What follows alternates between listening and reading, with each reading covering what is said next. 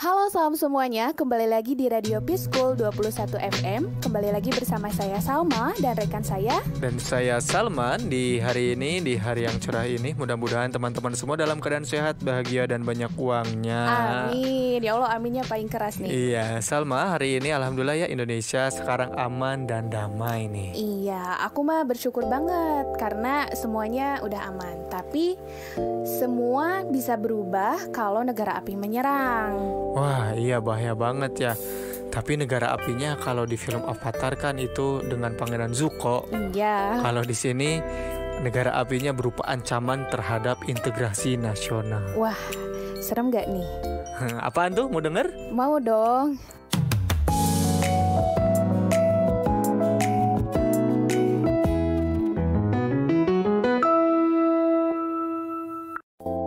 Nah, jadi ancaman ini ada beberapa dan mempengaruhi ke beberapa bidang. Oke. Yang pertama itu misalnya ancaman di bidang ideologi. Oke.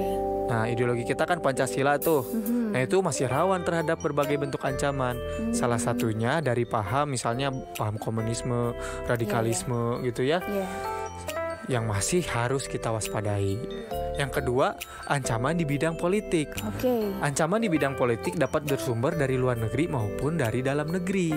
Apa tuh? Nah, ancaman ini bisa misalnya berupa hoax, ya intimidasi, provokasi. Oke. Itu kan kalau misalnya lagi pemilu tuh antara dua kubu kan suka saling serang gitu ya. Iya, benar-benar pada panas. Ya panas, kalau misalnya nggak bisa kita tangani itu bisa jadi ancaman juga. Oke. Kalau ada juga berupa blokade politik. Nah, itu bentuk ancaman non-militer berdimensi politik yang seringkali digunakan oleh pihak-pihak lain untuk menekan negara lain. Oh gitu.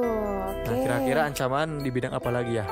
Tadi yang pertama udah ya ideologi, politik. Kalau di bidang ekonomi apa? Ekonomi itu ancamannya berupa bisnis dan eksekutif. Oke. Itu kayak di kereta ya? Iya. Enggak. Kalau di bidang ekonomi itu ada ancaman internal. Oke. Itu misalnya ada inflasi, pengangguran, ada banyak banget ya. Pengangguran tanpa tanda jasa itu kan banyak ya. Kemudian ada infrastruktur. Oke. Selanjutnya itu ancaman eksternal. Misalnya ketergantungan terhadap barang-barang asing atau dari luar negeri gitu. Kemudian juga yang kedua daya saing yang rendah. Kemudian juga yang ketiga misalnya kinerja ekonomi yang buruk. Oke. Nah gitu. Kemudian kalau misalnya di bidang sosial dan budaya itu ada juga misalnya ancaman yang berdimensi sosial budaya dapat dibedakan dari dalam dan dari luar. Oh jadi ada lagi ya. Kalau dari dalam itu didorong oleh isu-isu kemiskinan, kemudian kebodohan, keterbelakangan. Itu keterbelakangan itu karena kita terlalu mundur tuh. Iya, jadi harusnya ke depan. Ya. Dan juga ketidakadilan. Oke. Nah, isu tersebut bisa menjadi titik pangkal timbulnya masalah seperti misalnya separatisme, terorisme, kekerasan, dan bencana akibat perbuatan manusia. Wah. Nah, kalau ancaman dari luar timbul sebagai akibat dari pengaruh negatif globalisasi. Jadi harus bisa milih-milih tuh. Banyak banget juga ya. Iya, banyak banget ancamannya. Nah, kemudian terakhir juga ada ancaman di bidang pertahanan dan keamanan. Oh, di bidang pertahanan dan keamanan juga. Ini menentukan kita bisa bertahan atau tidak. Diuji nih di sini.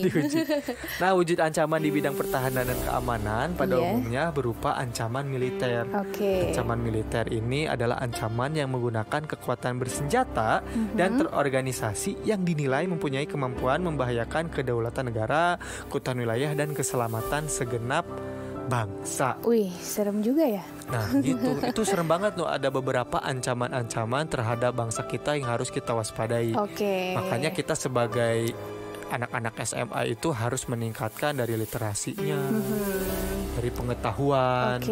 Jangan cuma datang ke Sumedang gitu untuk menambah pengetahuan gitu. Tahu Sumedang, jadi lapar. Ya itu sih ancaman-ancamannya. Oke, daripada kita serem-serem terus ngedengerin ancaman, kita langsung aja dengerin lagu. Di hari ini kita langsung saja putar lagunya. Selain diputar, kita akan jilat dan dicelupin.